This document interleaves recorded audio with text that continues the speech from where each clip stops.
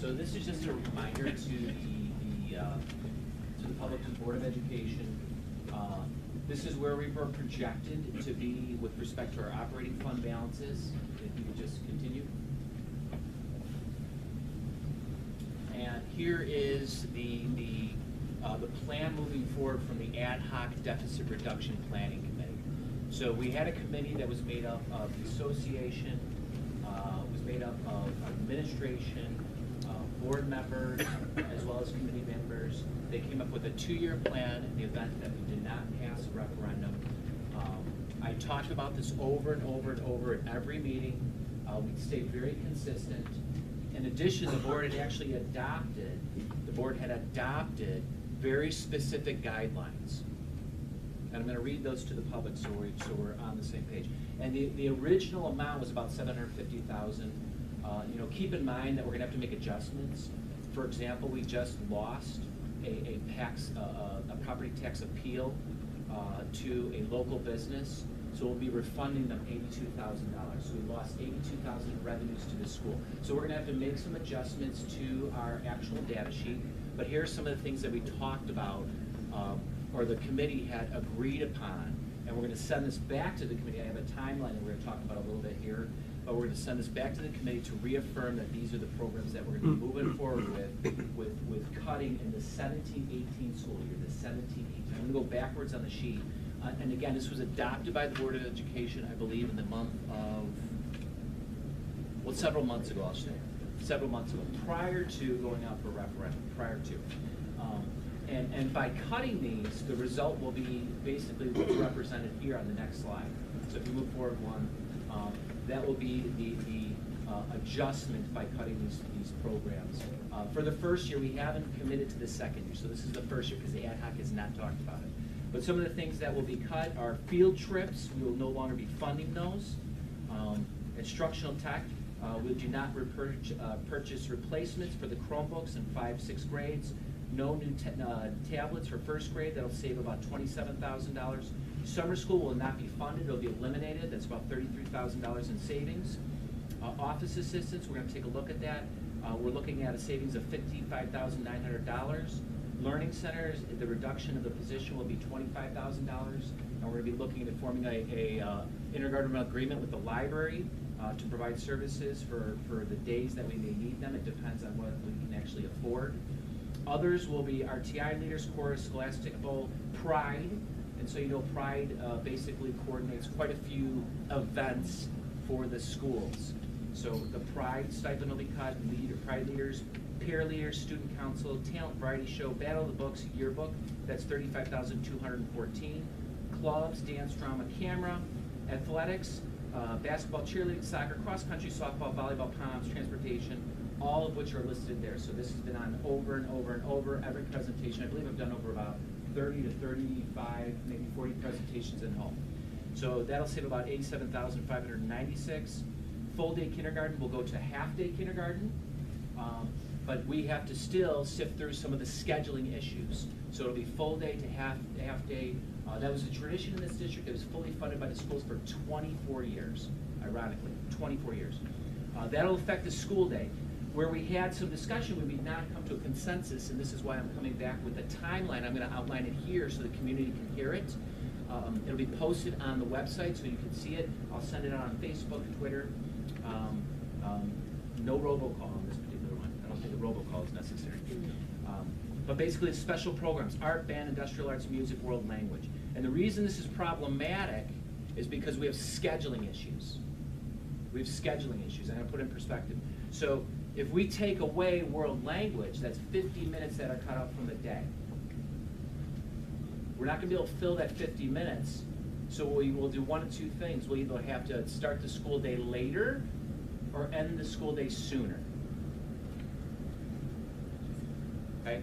So there's going to be some coordination. We have to look at ways we can schedule so that it's very clear on what those expectations will be. But basically, that's what the ad hoc was committed to. That's what the Board of Education received in the form of a recommendation and adopted. And with that being said, here is a timeline that we've outlined. Assuming that the board wants to move forward, and this is for adoption as well, this timeline, assuming that the board wants to move forward with the potential to put a question on the ballot, as well as the potential to do a survey. Because I know there's a lot of people that think we should do surveys, we already have an answer.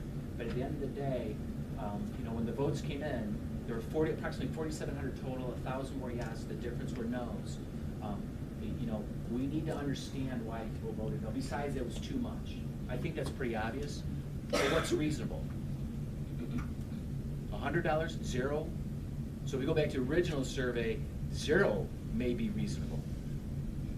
Okay, but I'm just putting that in perspective, because we could use terms relatively, but we need specificity when we send it out. And so with that being said, on November 9th, we were required to meet. It's called the RIF Joint Committee meets and discusses the timeline. I am required by law to fulfill a contract. It's the CBA. The board has put this in place. We work with our association. This is part of a process. So we've met that expectation.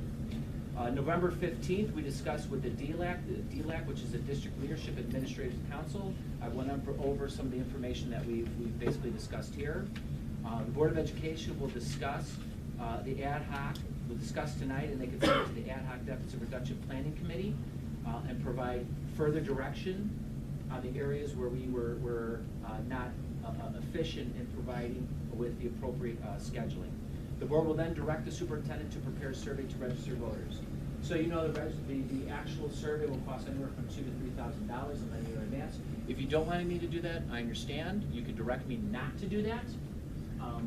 But I will tell you that it's important to know why the registered voters voted in the direction that they did, and quite possibly what you could do to adjust, assuming that you go out for a question, what they can adjust in future practices if you put that question to the ballot. November 16th, I'll be sharing with the teachers and staff the board adopted timeline or any modifications. December 1st, the Ad Hoc Deficit Reduction Planning Committee reviews the results of the district consultant, which is basically what I had actually shown here and was adopted by the board. Associate administration findings and fulfilling the expectations set forth by the Board of Education. December 15th, we'll have a second meeting. The Ad Hoc Deficit Reduction Planning Committee will make a recommendation to the board, assuming they've come to a conclusion. And I can tell you from past experience, it took 1 or 2 meetings. It took a meeting more than we would have expected, and we still didn't come to a consensus. On January 4th, the Ad Hoc Deficit Reduction Planning Committee will make a final recommendation to the board. On January 9th, we're hopeful that the results of the survey to registered voters is presented to the superintendent's task force.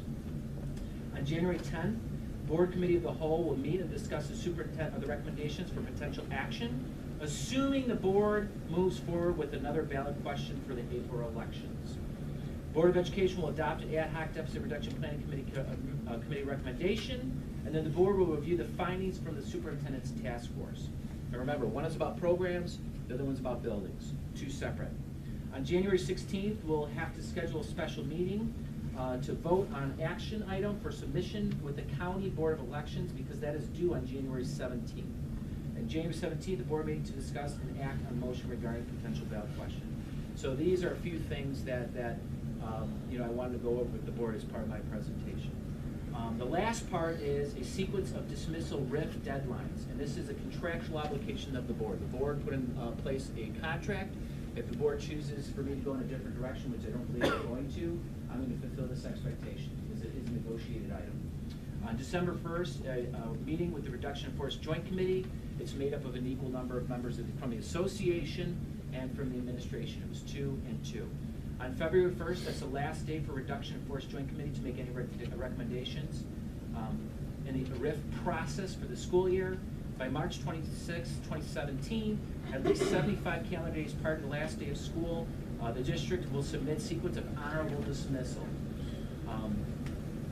And then as soon as feasibly possible, we have responsibility to provide to our staff exactly what their professional educator license are, their endorsements, the teaching positions, overall rating, teacher seniority, employee identification numbers. And then the association, the teachers have a right to challenge that, and then the district has the responsibility of reporting back. April 2015 would be 45 days prior to the end of the school year or term. Teachers falling into groups under the new law. We have group 1, 2, 3, and 4, so we have to basically come to a consensus on group 1, 2, 3, and 4, assuming that we have those groups.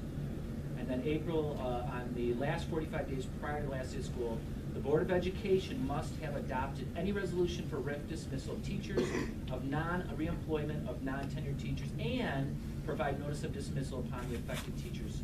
Notice must be mailed to the teacher and given to the teacher either by certified mail, return receipt requested, or personal delivery.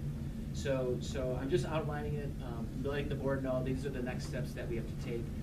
The first and most important is basically adopting a timeline to let me know as superintendent what my next steps are in this process after the referendum had failed. And so, just to be clear, citizens reserve the right to voice their opinion in the form of a vote. They voted no, and we should be respectful. That does not mean that those citizens do not support education. I want to be very clear. So I'm hearing people say that this person doesn't support education because they did not vote no. That's not the case. Everybody has a right to determine what their family believes in. They exercise that right in the form of a vote. And so let's be mindful of everybody's economic position, because we don't know what that is. We don't know what that is. But we need to know what it is as a whole as we move forward. And so I wanted to make sure that I was very clear tonight, because those will be the next steps. The timeline is really the next steps. The timeline is the next steps, because there's a lot of people that want to know. And as I've always said, I've been a part of everything has been a process. There's a process, and we have to follow the process. That's where the consistency is. The presentations were a process. We went out and did them. From the very beginning, we were very clear. The presentation did not change much. For those of you who attended many of those meetings, we added to the presentation, but it did not change much. But basically, I want to outline for the board and let the public know tonight, and as well as our teaching staff, because we will have to move forward with some decisions in the near future. So at that point in time, I was just going to leave it open for questions from the board. Any clarifications? What is your plan to get more community involvement in your ad hoc committee? For example, the leaders of our villages, the libraries, more seniors in a sense. Do you have an outline, or do you have a plan that you can share with the board how to get more people involved to give more input on what we need to do? I'm glad you asked the question, because even with all these presentations, and I think there was a lot of presentations, folks. There was a lot of presentation, and I got to tell you, the turnout here tonight is probably more so than most of the presentations, and we have a lot of teachers here. So I'm just going to share with you, going out and doing the presentations. People still did not know what was going on at the school. They were not even clear of what was going on. And so the second time around, you could be sure that I'm going to expect input from the board on people they think are key stakeholders that need to be involved. We're going to invite the mayor to be a part of the superintendent task force for both the village of Norridge as well as Harwood Heights. Hopefully we'll be able to invite people from the park district to be a part of it, the fire, the library, whomever. So we're going to broaden the base for people to basically participate. We're going to broaden the base, and that is one of the reasons why you do the survey, so that they can look at the survey and they can interpret it the way the survey may need to be interpreted. So that would be the plan from this point. If anybody has any suggestions, I'd be more than happy to entertain those. But I could assure you that even with me going out to as many presentations, it's very difficult. There's only so many places I could be. There's only so many places that the board could be. There's only so many places that the teachers can be. And so, I hope that helps. That's going to be the plan moving forward, assuming that we move forward with this plan. I think if we do, I think we need to make sure that we utilize the newspaper to get what we're looking for and what we're not. Because I was out for dinner and with a couple of folks, and all they read was one article out of the paper, and it wasn't a favorable article, let's just say. And that's when they decided they're so, and not going to any of the meetings or whatever. So we need to use the newspaper to get more information out to the public, because they're not attending the presentations. So, And just so everyone does know, the ad hoc